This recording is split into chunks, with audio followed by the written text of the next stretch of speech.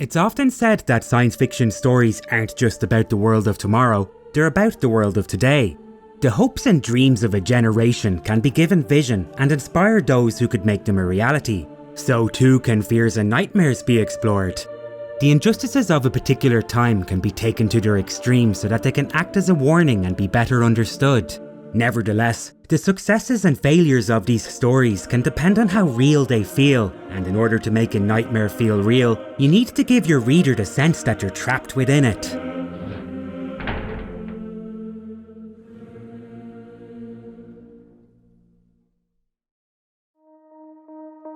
The Handmaid's Tale by Margaret Atwood is the story of Offred, although we don't learn her name until many chapters in. Like much of the book, her identity is kept on the back burner until an opportune moment allows it to be revealed. This is because everything that happens in The Handmaid's Tale is narrated by Offred without the benefit of having been able to write the details down. She isn't permitted to have paper or pen, so she's been forced to memorise the course of events by telling them to herself over and over again. As such, her account isn't exactly a stream of consciousness, but she does gravitate towards aspects that help her to remain sane each day. These tend toward a report of events from when we first meet her, poetic insights on the world as it has come to be, and a series of flashbacks to what her life was like in the time before. You see, Offred is being held against her will. In the not too distant future, an array of infertility problems have plagued the United States. After a violent revolution, the country has renamed itself Gilead and implemented a law whereby healthy women are conscripted to produce children for a privileged upper class. Offred has recently been assigned to a commander and his wife. Her only job is to produce a child for them, but as with her name, this disturbing piece of information isn't disclosed right away. Rather, Atwood teases it out like a monster in a horror movie. As a handmaid, Offred has to wear a red robe and white-winged veil that discourages men from looking at her and prevents her from getting a complete view of her surroundings. In general, the outfit serves as both a symbol of her plight and a practical means of keeping her in line. However, it doesn't prevent her from maintaining a rich inner life, and when she moves from a boarding facility to the commander's house, her limited line of sight lets her describe certain elements of her environment as they happen to cross her path.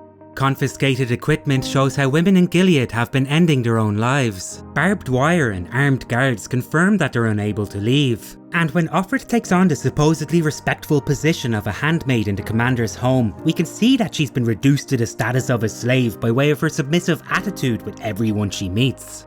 What's more, her access to information is so limited that everything we learn about this dystopian future is seen through a gauze of misinformation and assumptions. Our meagre comprehension of the world is so dependent on the handful of facts Offred can relate that it could all come crashing down as soon as another one is added to the stack. Consequently, if the merits of the novel only require us to feel trapped with Offred, then it's achieved from the very start. But as she examines the boundaries of her prison, she also gives us a better understanding of how it came to be. The flashbacks that intersperse her account reveal that though society has drastically deteriorated, she grew up in a time that was much more comparable with her own. She went to a normal school, had a good job. She was married to a man named Luke and even had a daughter with him. Now when she recounts the years they spent together, we also gain a vantage point where we can see exactly how America has fallen so low. In short, toxic pollution is to blame for the infertility epidemic that struck the country.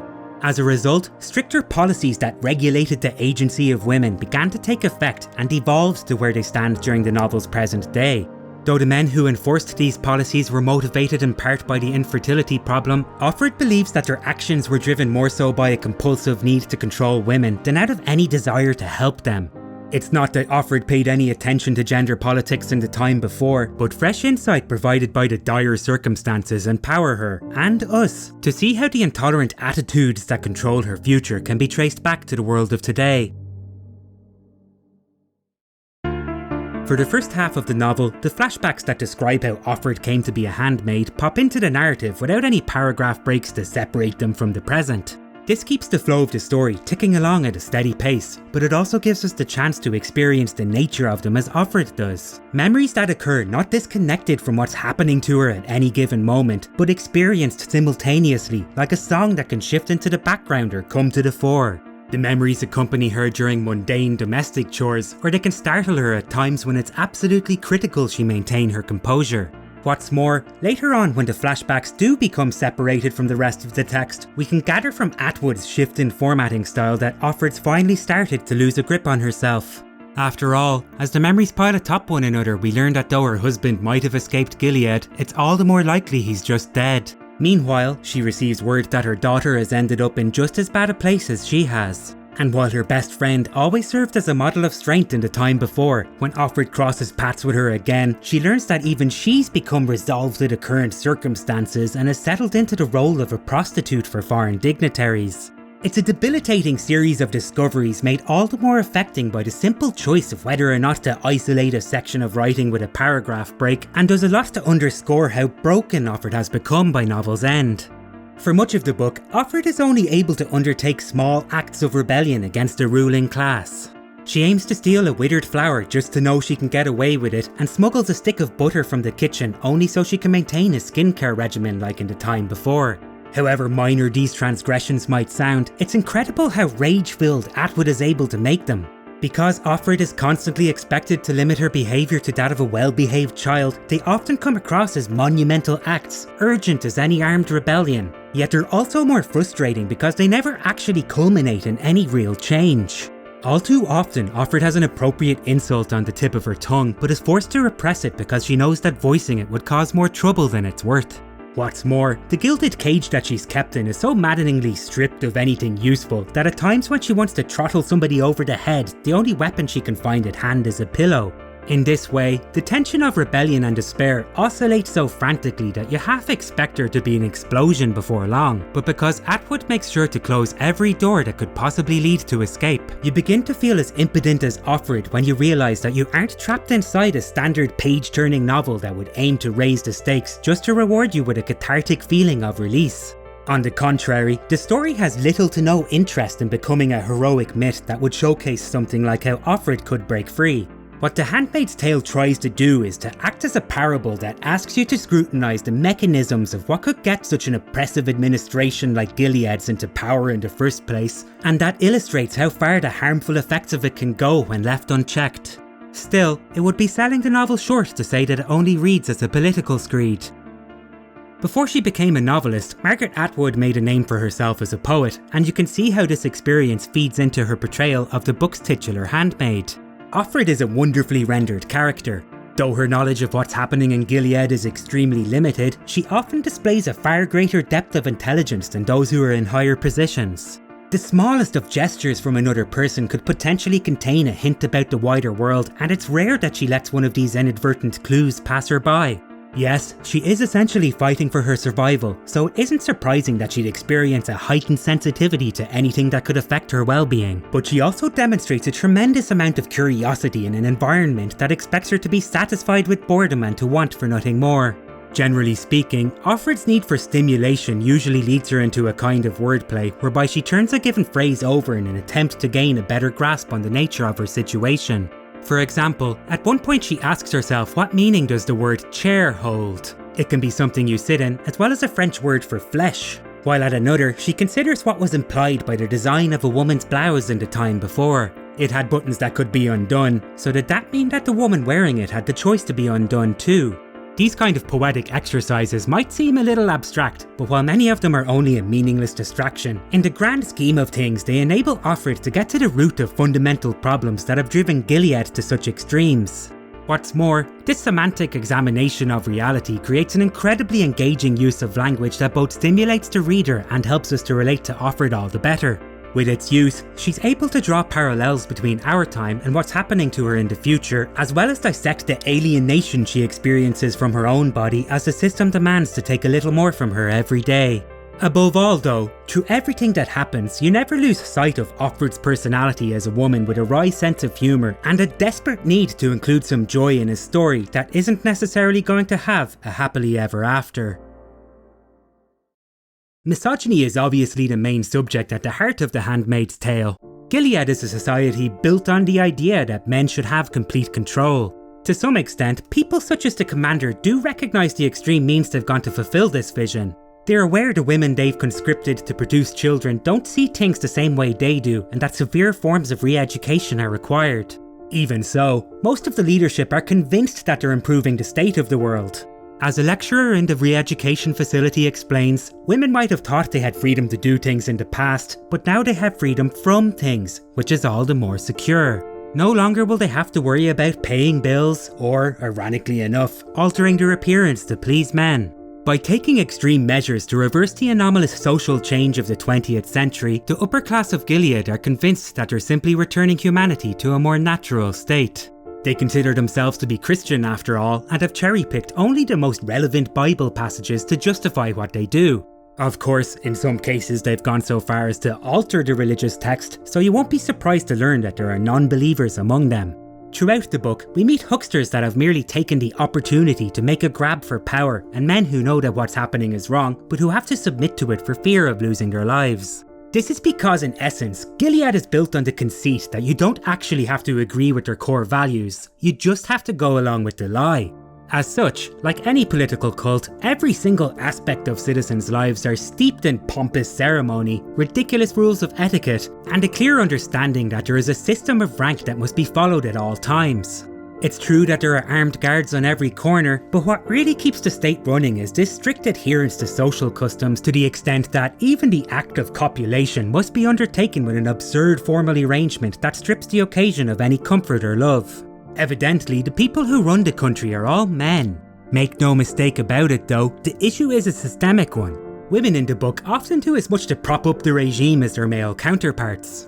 The commander's wife was once a religious speaker who lobbied for everything that's come to pass. The lecturer in the re-education facility is a woman who implements the government's violent policies with no small amount of glee. And even among the group of handmaids, there's a perpetual atmosphere of suspicion that drives them to treat each other with an extraordinary level of vindictiveness. Offred herself sometimes relishes the opportunity to rise above the women around her, such that the moments of sisterhood she actually manages to experience are seen as genuine victories in an environment that's done everything it can to divide any alliance that could be formed.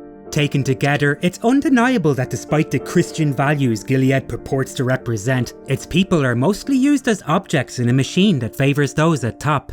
Women's bodies become slabs of meat to be utilised as a political tool, and children who are born deformed are labelled as unbabies, simply so they can be killed by a society that's supposedly against the idea of abortion. Nonetheless, it's important to point out that not all Christians in the book are as warped as those of Gilead. In fact, the traditionally Christian group known as Quakers are reported as having helped women escape the oppressive regime. And most importantly of all, it's clear that the kind of patriarchy which Margaret Atwood is decrying isn't limited to a particular religion, but finds its origins in all levels of society. After all, it isn't religious preachers that Offred compares the leadership of Gilead to, but bankers, stockbrokers and football coaches. Men who in her previous life always appeared to be small-minded dullards that didn't deserve their power. There's a scene in the book wherein Offred has a secret rendezvous with the commander in which she expects him to attempt to seduce her, but in which he ends up asking her to play a game of Scrabble instead. In Gilead, it appears, simple human companionship is the true illicit affair, and though the absurdity of it takes Offred off guard, she quite rightly understands the nature of it when she remarks that context is all.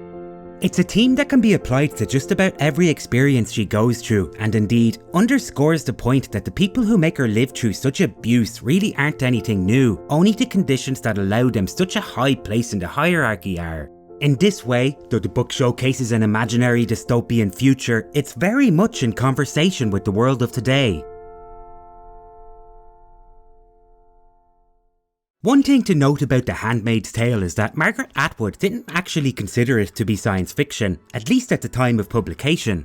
Because everything that transpires within the novel is inspired by something that's really happened, she was of the mind that it was much more grounded in reality than the kind of space opera she associated with sci-fi. While this discussion is clearly a can of worms, the more essential point to take from it is the idea that everything that happens in Gilead really isn't too far beyond things that have already occurred. The possibility of a section of North America seceding from the United States to oppress a minority is certainly a very real event that occurred in the not too distant past, but so too is the threat of a religious movement attempting a coup in a major region. Just 4 years prior to the American Civil War, for instance, Mormons tried to take control of Utah only for the rebellion to be suppressed by a military intervention. In more recent times, women's bodies have become a battleground for political ideologies on which to duke it out, and many of the disgusting laws seen throughout The Handmaid's Tale are directly linked to attitudes Offred experienced in the time before. All things considered though, it can't be escaped. The book takes place in an imaginary future, so Atwood inevitably has to refer to some of the technology being used. Devices with names such as CompuDocs, CompuCounts, and CompuBanks are scattered throughout the pages. Whenever they appear, it's difficult to tell whether Atwood is just being a wee bit clumsy with these cheesy sci-fi sounding names, or if she's actually poking fun at a genre she didn't want to be associated with.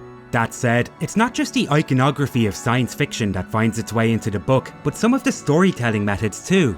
As the events come to a conclusion and Offred is carried off into the night, the final chapter releases us from the nightmare and takes us to a classroom in the far-flung future where a lecture is being given on what happened after her narrative came to a close. Offred, it seems, finally managed to reach safety and record a version of the story. Now students are studying it in school, and as a final irony, the lecturer seems more interested in the machinations of Gilead than with the very human experience Offred so eloquently expressed.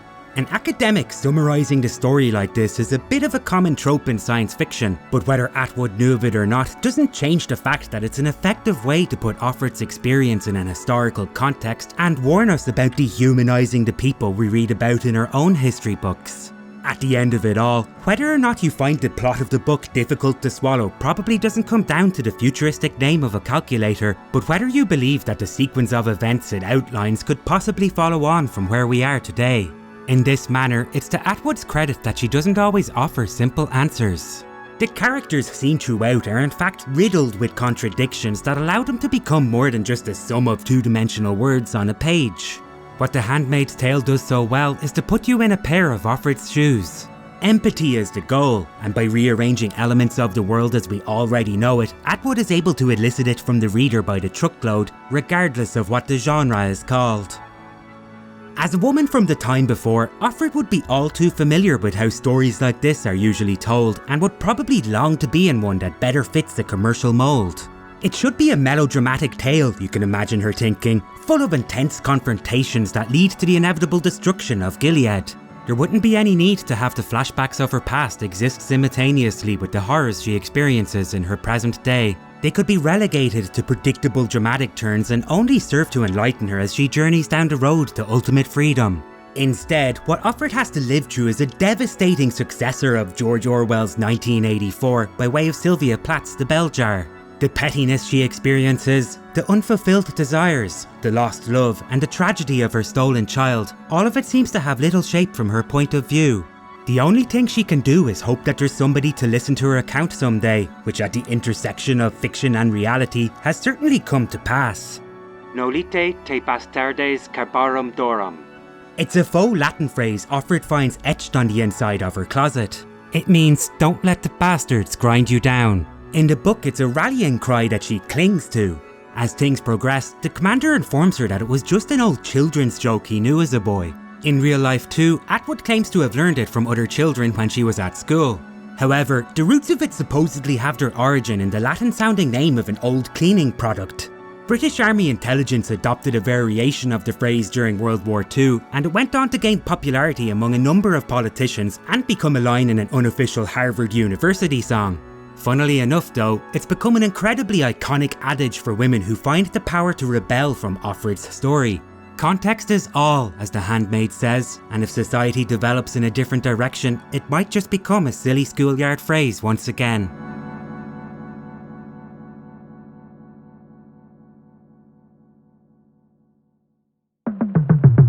Hi everyone, Simon here. Just to give you a heads up, in one of my next videos I'm going to be looking at Slaughterhouse 5 by Kurt Vonnegut, which has been prime poaching territory for other sci-fi writers over the years, so it should be an interesting one to talk about.